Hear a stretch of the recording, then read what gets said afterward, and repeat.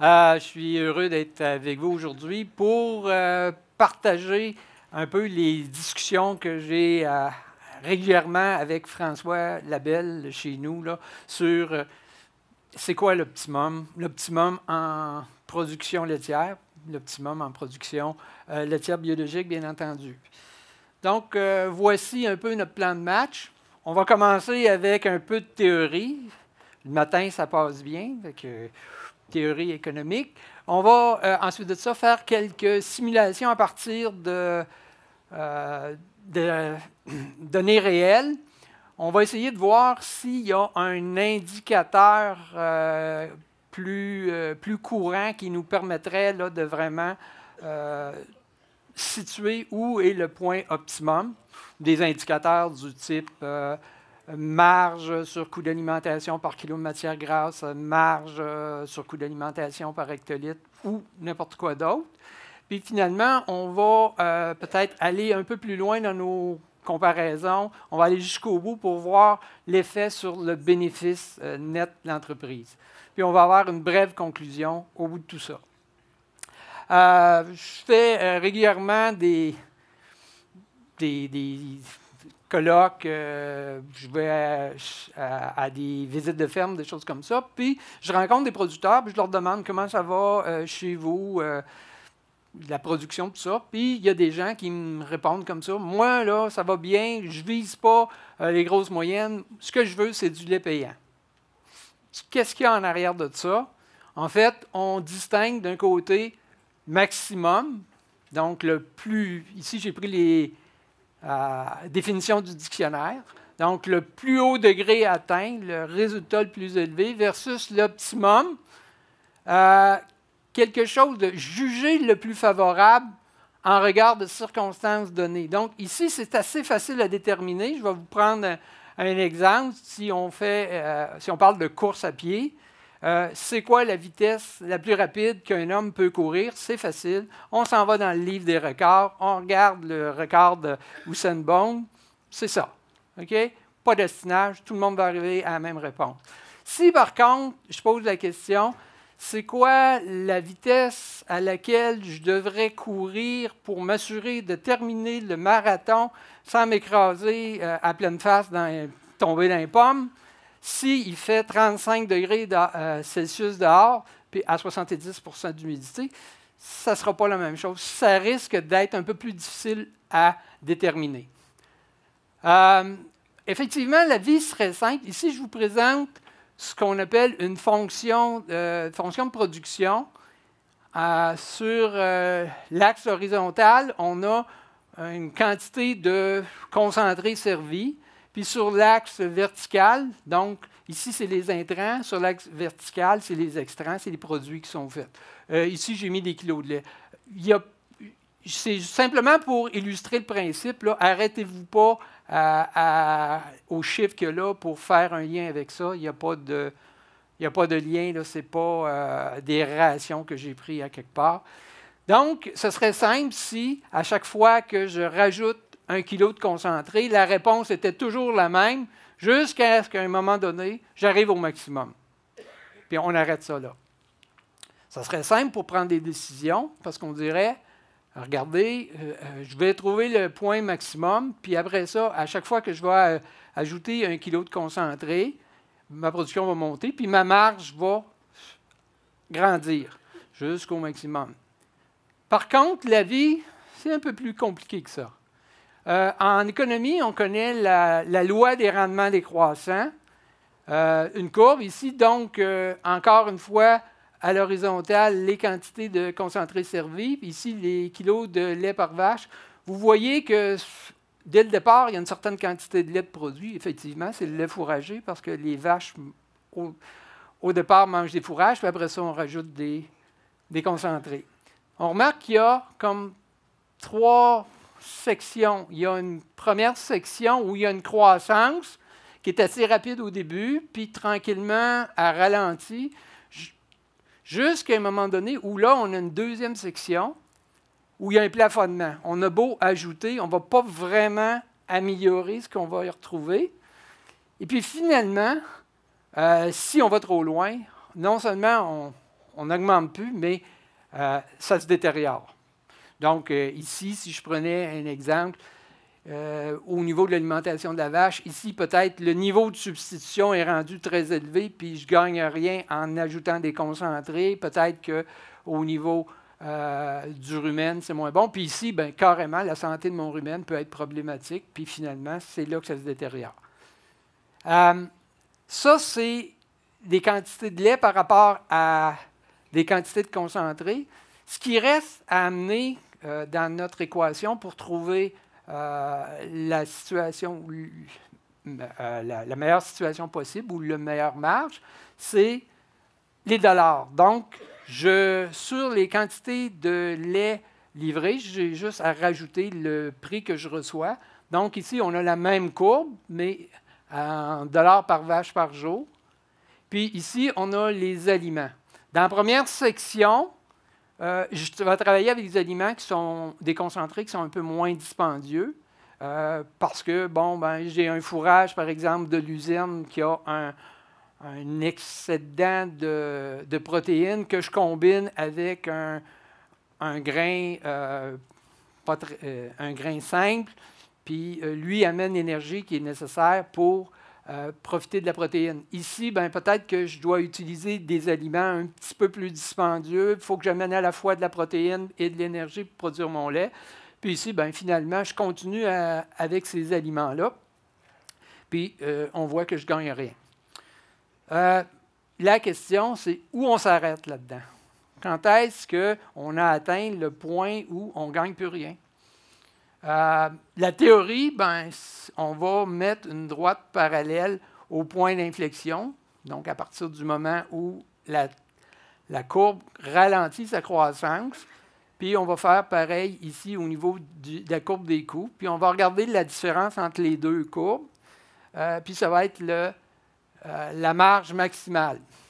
Ça, c'est le genre de graphique qui avait été présenté par Alex Bach au Symposium Ces bovins laitiers en 2015, puis que Miko Bourgault nous avait ramené ici rapidement. Je pense qu'elle avait fait une présentation en 2016, puis elle nous avait présenté ça rapidement. Donc, ce n'est pas la première fois qu'on voit ça. Par contre, on a dit que l'optimum, c'est dans des conditions, dans un contexte. Ici, j'ai juste fait changer les prix. Parce que, je vais revenir, ici, on voit que, mettons, j'atteignais l'optimum autour de 11 kg de concentré. Comme je vous ai dit, la quantité exacte n'a pas d'importance. Tandis qu'ici, j'ai changé les prix. J'ai changé le prix du lait, je l'ai coupé par deux. Au lieu d'avoir 100 $ l'hectolitre, là, on parle du prix du lait bio, qui est à peu près 100 $ de moyenne. Là, je suis à 50 $ l'hectolitre.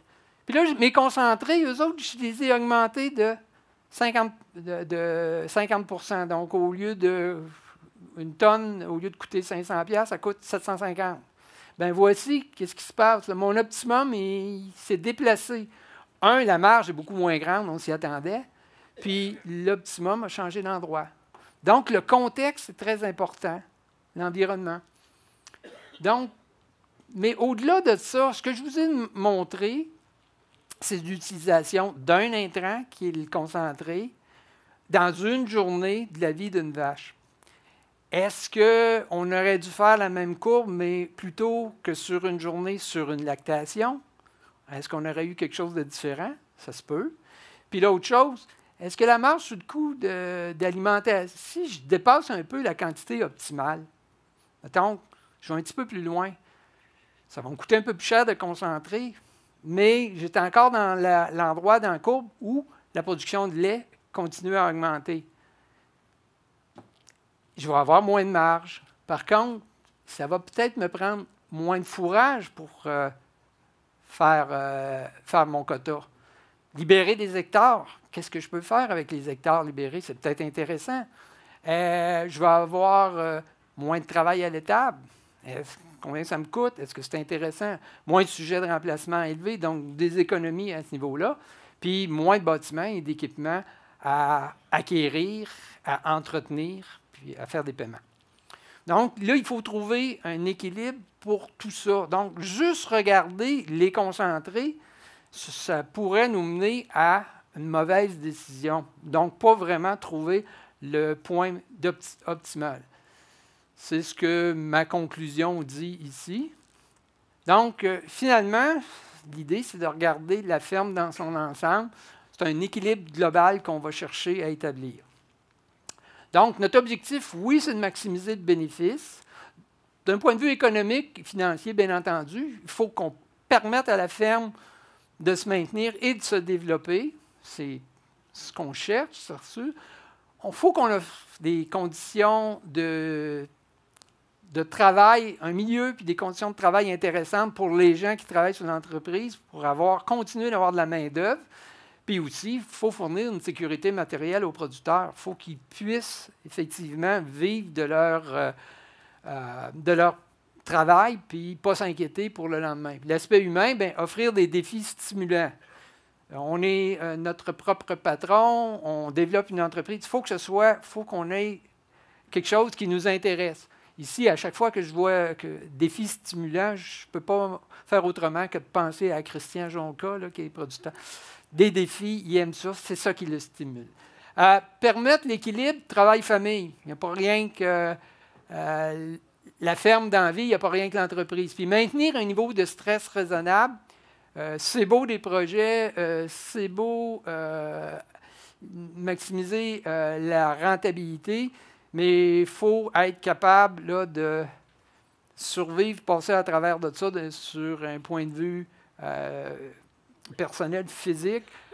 Si on est trop stressé parce que la marge de manœuvre financière est trop serrée, on ne sera pas heureux. Puis si on ne voit pas le jour où on va être capable de faire notre ouvrage parce qu'il y en a trop qui s'accumulent en avant de nous, là non plus, on ne sera pas heureux. Donc, ce qu'on cherche à faire, c'est équilibrer toutes les ressources disponibles dans l'entreprise, quotas, troupeaux, machinerie, équipement, main-d'œuvre, bâtiments et terres cultivables. C'est ça qui devrait nous permettre d'arriver à obtenir le résultat optimal. Il existe des outils bien sophistiqués, de la programmation linéaire, entre autres, qu'on peut utiliser en économie, où on prend un paquet de données qu'on met à l'entrée, ça passe dans la machine à saucisse, puis ça te dit exactement ce qu'il faut que tu fasses à la sortie. C'est peut-être intéressant pour des modèles théoriques. Dans la vie de tous les jours, c'est peut-être un peu plus difficile à utiliser avec les producteurs. Nous, on a travaillé avec le CETAB autour ce qu'on appelle un simulateur. C'est un petit chiffrier Excel qui permet de simuler la transition de quelqu'un qui part du conventionnel pour s'en aller vers la production biologique certifiée. Ça peut le faire aussi bien en production laitière qu'en grande culture. Mais ce que ça a surtout comme avantage, c'est un simulateur. Donc, on peut aussi tout simplement simuler différents scénarios en production biologique, les mettre un côte à côte. C'est ni plus ni moins qu'un budget, sauf que les relations entre les différents éléments sont déjà préprogrammées. Donc, ça nous facilite l'opération. Ça fait que si on change le nombre de vaches ou de quotas, le reste va s'ajuster, la superficie nécessaire va s'ajuster, les sujets d'élevage vont s'ajuster en conséquence, etc. Aussi, j'ai travaillé avec de l'information réelle de producteurs. Je suis allé la chercher au niveau d'une publication qu'on a chez Valacta, c'est l'évolution de la production laitière. À l'intérieur de ça, il y a une section, il y a 2 pages, c'est écrit par François, là, qui font vraiment état des résultats de la production des producteurs laitiers biologiques qui se retrouvent chez Valacta au cours de la dernière année. Ici, ce que je vous montre, c'est la publication de l'année dernière. Une prochaine publication va être disponible au mois de mai. Habituellement, elle accompagne la revue Le producteur de lait québécois en mai. Puis sinon, elle est toujours disponible là, sur notre site web. Moi, j'ai la chance d'avoir, par contre, eu accès aux données là, aux données de 2018, là, celles qui vont être présentées. Il y a eu une grosse augmentation de productivité au niveau des producteurs laitiers bio. On parle de, en moyenne, presque 300 kg de lait par vache de moyenne. Une explication en arrière de ça, je ne la connais pas, mais en tout cas, je suis à même de constater ce qui s'est passé. Donc, ce que je vous propose à partir de maintenant, c'est justement de faire des simulations ensemble, de regarder si on change quelque chose, ça va être quoi le résultat au bout de la ligne. Je vous propose 3 profils. Un profil performance technique moyenne. L'autre profil, les mêmes performances, mais on va essayer de travailler un peu sur les coûts, trouver des endroits où on pourrait économiser. On va regarder côté alimentation. Puis un autre, si on regardait la performance technique supérieure. Donc, la performance technique moyenne, pour moi, ce sont dans les fermes qui se situent dans, on fait des groupes de 20 %, donc dans le 20 % du centre. OK? C'est ça leur performance, leur moyenne. Puis la performance supérieure, c'est dans le 20 % de tête, si on veut, classé sur la base de la production de lait par vache. OK? Puis on va faire ça dans 3 situations. La situation actuelle, ce matin, notre ferme a une étable entravée. Effectivement, elle planifie là, un investissement important dans l'avenir, mais pour l'instant, ce matin, elle est dans cette... Donc, ensuite de ça, l'autre situation, construction d'une nouvelle étable pour produire le quota actuel. Puis finalement, regarder la possibilité de construire une nouvelle étable pour utiliser tout le potentiel de la ferme, donc la spécialiser vraiment en production laitière. On va regarder ces scénarios. Qu'est-ce que ça donnerait? Donc, superficie en hectares, 150 hectares, les cultures, pâturage, foin, grains mélangés, blé d'automne. On n'est pas dans une région nous permettant de cultiver soya et maïs. C'est pour ça qu'on s'en tient à ces cultures-là. Quota détenu, 60 kg de matière grasse jour.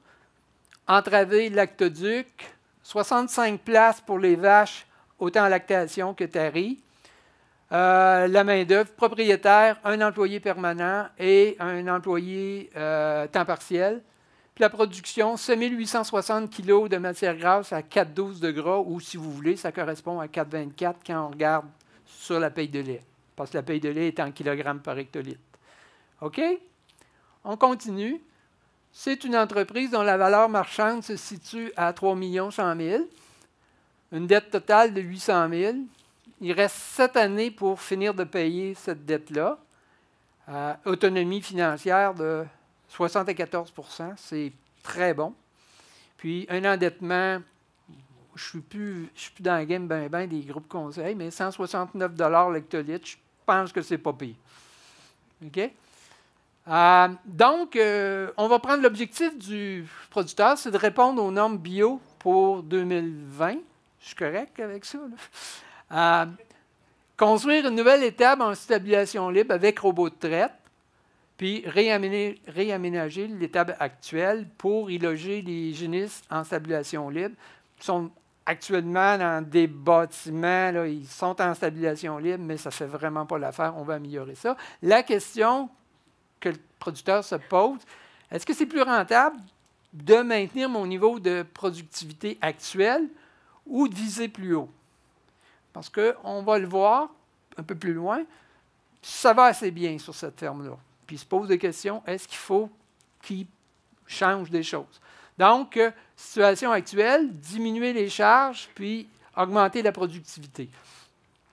Celle-là m'a vraiment surpris. C'est la moyenne du groupe du 20 % supérieur des meilleures moyennes de lait pour 2018.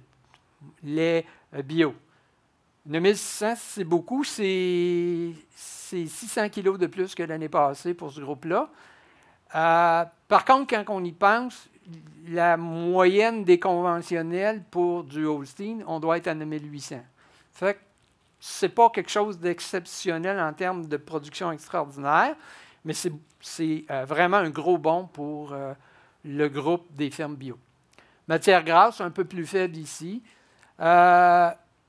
Ici, on va faire d'économies.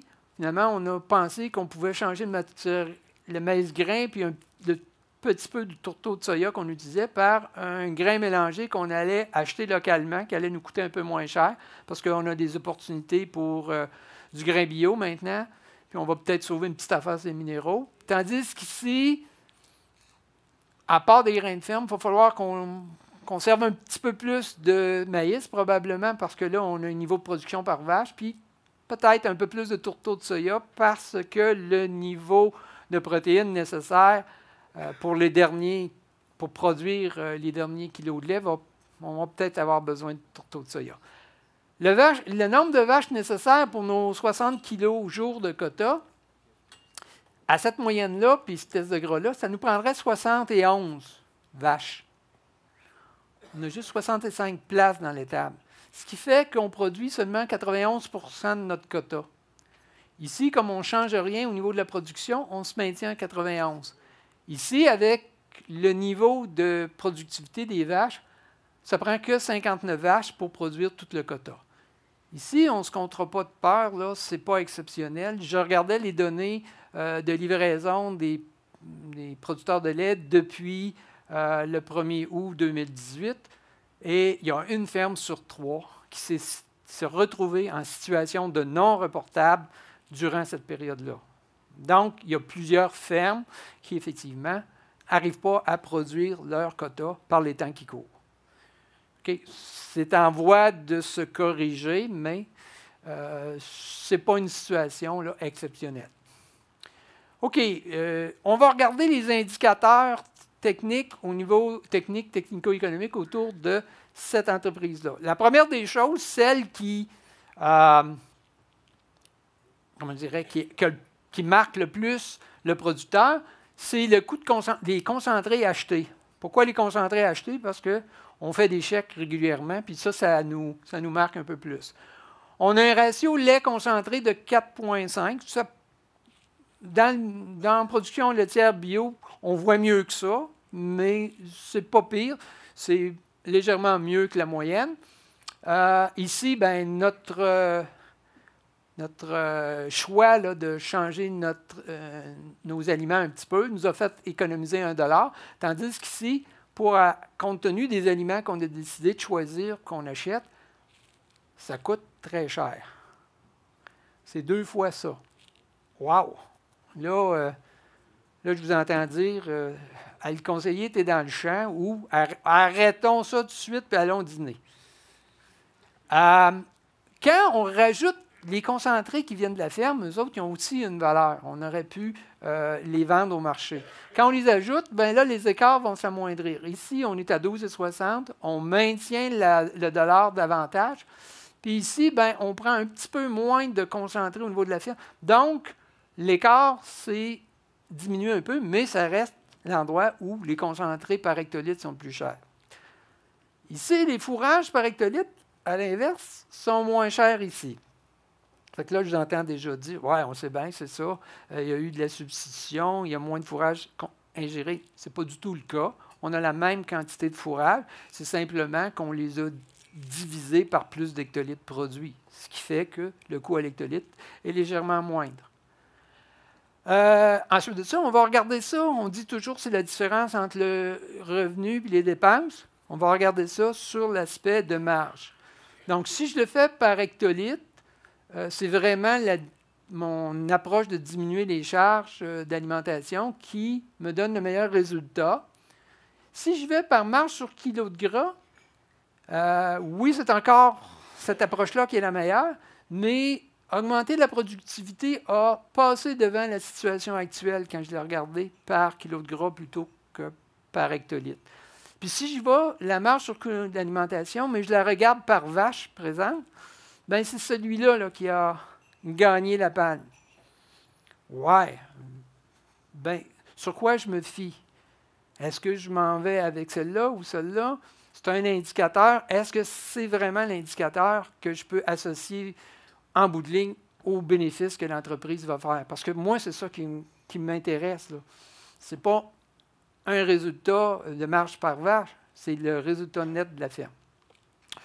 Fait que j'ai ramené ça dans notre simulateur où toutes les charges sont indiquées. C'est sûr qu'on est parti d'une situation qui était excellente. Le niveau de charge est très bon. Fait que là, vous avez les aliments achetés, vétérinaire reproduction, autres charges liées aux vaches, produits de laiterie, litière, contrôle laitier. Donc, c'est ça ici. Ici, vous avez les charges variables liées au champ. C'est, oui, tous les approvisionnements, mais aussi toute l'opération des machines qui vient ici. Puis, finalement, vous avez les autres charges, taxes, assurance, électricité, téléphone, nommez-les. Le total de tout ça donne 51 % des produits bruts qu'on a. C'est très bon. Ben, je pense en bio, je ne suis pas un habitué, mais en conventionnel, on aurait eu plus autour de 60 là, des moyennes. Fait que 51, c'est très bon. C'est pas grave. L'important pour nous, c'est la comparaison entre les différentes situations. Ici, effectivement, on a sauvé un 5 000 $ de concentré, alors qu'ici, on voit qu'on met un paquet d'argent, qu'on exporte un paquet d'argent à l'extérieur de la ferme. Ici, je ramène toutes les charges. Donc, en rouge, ici, c'est ce qu'on vient de voir, là, qui est décomposé en plusieurs couleurs. En vert, c'est salaire, retrait et impôts, parce que c'est une ferme qui est très rentable, donc qui contribue à faire rouler le gouvernement. C'est très bien. Puis ici, c'est les intérêts et amortissements, qui n'est pas très élevé. Ici, au niveau des produits, ben, le lait vendu, on voit que l'accent productivité, on l'avait vu, faisait 100 % de son quota. Donc, on n'est pas surpris qu'il y ait plus de lait vendu que les deux autres. Ce qui est surprenant, par contre, c'est les récoltes vendues. Pourquoi il y a plus de récoltes vendues? C'est simplement parce que, au lieu d'avoir 65 vaches pour produire même pas 100 % du quota, ici, on en a 59. Donc, on a libéré des hectares qui sont devenus disponibles à la production de cultures qui étaient intéressantes, qui étaient rentables pour l'entreprise. OK? On regarde ici le bénéfice. On avait quand même des bons bénéfices de l'ordre de presque 90 000. Puis, notre situation d'améliorer la productivité nous a permis d'exploiter encore mieux le potentiel de l'entreprise puis de monter à 116 000. Au niveau capacité financière, capacité de remboursement, donc envers les paiements, en orangé la capacité de remboursement maximale, bien, dans tous les cas, on était très bien. Mais effectivement, ici, en exploitant mieux notre capacité, en allant chercher le maximum de ce que cette entreprise-là pouvait nous offrir, bien, on a amélioré notre situation d'à peu près 25 000. OK? Ça pourrait être intéressant parce que là, on s'en va dans une avenue. La prochaine avenue, c'est qu'on va faire la construction. Fait que là, on va investir massivement, on va s'endetter. C'est important d'avoir une situation au départ qui est saine pour nous permettre d'aller là-dedans. Donc, est-ce que ça va être différent après la construction? Bien, une des choses qu'on a supposé ici, c'est que en amenant nos vaches dans un meilleur environnement, confort, etc., on allait, au moins pour les situations moyennes, aller chercher un gain de productivité. On l'a situé à 5 %. Il y a confort environnement et il y a traite plus fréquente, là, en tout cas. Donc, on a augmenté de 5 %, alors que le groupe qui avait déjà une productivité très élevée, on a dit, on ne s'attend pas nécessairement à ce qu'il y ait un changement. Fait qu'on l'a laissé tel quel. Ici, comme on construit, on s'arrange pour construire suffisamment grand pour loger tous les animaux nécessaires pour le quota, même qu'on s'est pris une petite marge de 5 %. On a donc 70 places pour les vaches à 8 250 et on a besoin de juste 62 places là, pour nos vaches à 9 600. OK, on a toujours 5 % de marge de manœuvre pour la taille du troupeau. Vous ne feriez peut-être pas ça. La plupart des gens construisent pas mal plus grand pour l'avenir, mais en tout cas, ici, c'est juste pour les fins de comparaison. OK. Ici, on voit, c'est assez similaire à tout à l'heure. Pourquoi les taux de dépenses ont augmenté selon vous? On a mis... pardon? Les intérêts ne sont pas dedans, c'est avant intérêt. Par contre, on vient d'investir massivement. Il va y avoir de l'entretien, des taxes, des assurances. Ça, c'est... Puis ici, dans ce cas-ci, puis l'entretien du robot de traite, on sait que c'est un petit peu plus cher comme système de traite. Puis ici, dans ce cas-ci, on a ajouté tout ça, puis il n'y aura pas d'augmentation du revenu parce qu'on produisait déjà le quota. OK? Dans ce cas-ci. Donc, ici, là, celui-là, tes intérêts puis tes amortissements. Tout à l'heure, c'était beaucoup moins gros. On se souvient que la barre en haut, là, on vient d'investir massivement. On a dépassé 1 million d'investissements. Donc, ça a un impact. Et si on regarde ce que ça donne, l'autre chose, au niveau des ventes de lait, c'est égal partout. On fait le quota partout. Donc, l'avantage ici qu'il y avait sur le lait, on l'a plus. Puis, au niveau des productions végétales, bien ici, comme on a augmenté un peu la taille du troupeau, ça fait qu'il a fallu prendre quelques hectares pour les transformer en fourrage, on vend un petit peu moins de cultures, de récoltes vendues. Nos profits ont beaucoup diminué, notre bénéfice a beaucoup diminué. Pourquoi? Parce qu'on a ajouté beaucoup de charges en amortissement et en intérêt. Par contre, c'est positif partout. Puis au niveau de la capacité de remboursement, là, on a pris ce qui nous restait sur 7 ans, on l'a consolidé, on l'a ramené sur 15 ans avec les nouveaux besoins là, pour les constructions. Donc maintenant, on paye tout sur 15 ans. Et on voit, bon, c'est quand même acceptable. C'est une situation financière moins confortable que c'était. Puis, pourquoi ici, ça s'est détérioré ou par rapport aux autres? C'était avantageux, puis ça l'est moins. Simplement parce qu'ici, on n'a rien augmenté au niveau de nos revenus. On a juste mis une structure de plus à supporter. OK? Et si on augmentait le quota? Et on va terminer avec ça. Donc, si on spécialisait dans la production laitière, là, on amène le troupeau à la même taille pour toutes les hypothèses, 85 vaches. Là, le quota, par contre, ici, compte tenu que la productivité est plus élevée, on pourrait avoir 10 kilos de plus de quota pour la même entreprise. Dans les revenus, vous voyez que la section en vert, qui était les ventes de récolte, ça a disparu. On a dit qu'on la spécialisait.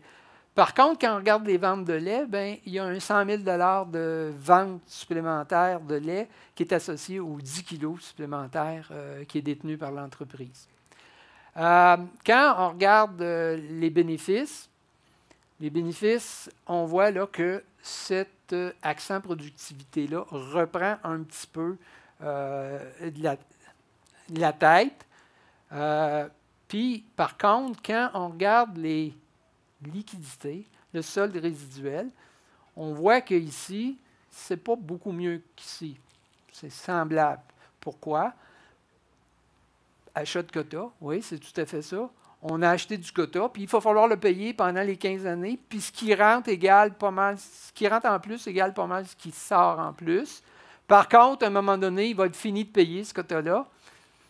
Puis si le système de gestion de l'offre est encore en place, puis qu'il vaut encore 24 000 $ du kilo, on va avoir 240 000 $ d'accumuler, puis on va avoir les revenus supplémentaires qui vont continuer à être encaissés. Par contre, là-dessus, j'ai regardé, si le prix du lait et prime baissait de 5 $ l'hectolitre. 5 $ l'hectolitre, on parlait de 100 $ l'hectolitre là, que vous recevez, c'est 5 %. C'est pas une grosse. Ici, là, ça tombe à 0. Ça affecte beaucoup notre capacité de remboursement, ça affecte beaucoup. Donc, est-ce que c'est le meilleur scénario? Est-ce que, comme tout à l'heure, ça pourrait être plus intéressant de garder des productions végétales que je vendrais, je ne vais pas mettre mes œufs tout dans le même panier? Ça fait partie de la réflexion. Okay? Ici, on n'a pas mis dans la discussion la question de gestion du risque, mais ça pourrait venir dans la discussion avec un producteur, puis le choix, l'optimum pour lui ne serait pas nécessairement ça. OK? Puis l'autre chose aussi, si on était dans une région où on peut faire d'autres productions végétales qui dégagent de meilleures marges à l'hectare, soya, pardon? Chanvre. Là, c'est variable. Je parlais avec... c'est encore bon. Je parlais avec Bruno, là, Bruno Castonguay, qui est producteur. Lui, il parlait de quoi? Tournesol. Bon, chez nous, il y aurait une demande pour du tournesol. Il a l'air d'avoir des marges intéressantes à l'hectare. Donc, ça pourrait être d'autres choses à regarder. Finalement, ma conclusion, c'est ça. Il faut voir l'entreprise comme un tout. Puis, c'est pas parce qu'on a un meilleur résultat sur un indicateur, la marge par kilo de matière grasse, la marge par vache, ou ce que vous voulez, que c'est forcément la meilleure performance globale de l'entreprise. Je pense que ça vaut la peine de le regarder plus large. Puis l'idée, c'est d'essayer d'utiliser le potentiel de production du troupeau, mais pour valoriser les ressources de la ferme. Donc, ne prendre que ce que ça prend au niveau fond de terre pour y arriver. Finalement, tant qu'à faire, j'ai un petit message à vous passer. Nous, on a créé une petite campagne, ça s'appelle « Je suis chef d'entreprise ». C'est pour valoriser l'image du producteur agricole, du producteur laitier. Bon, en fait, souvent, on était découragé par l'évolution des prix. Mais là, on dit, vous êtes des chefs d'entreprise, vous êtes des gens qui décident. Puis, il y a des ambassadeurs. Si vous allez sur le site « Je suis chef d'entreprise » ou dans le groupe Facebook, vous avez des témoignages intéressants. Fait que si vous voulez continuer vos réflexions, comme ici, je trouve que c'est assez intéressant comme commentaire. Merci.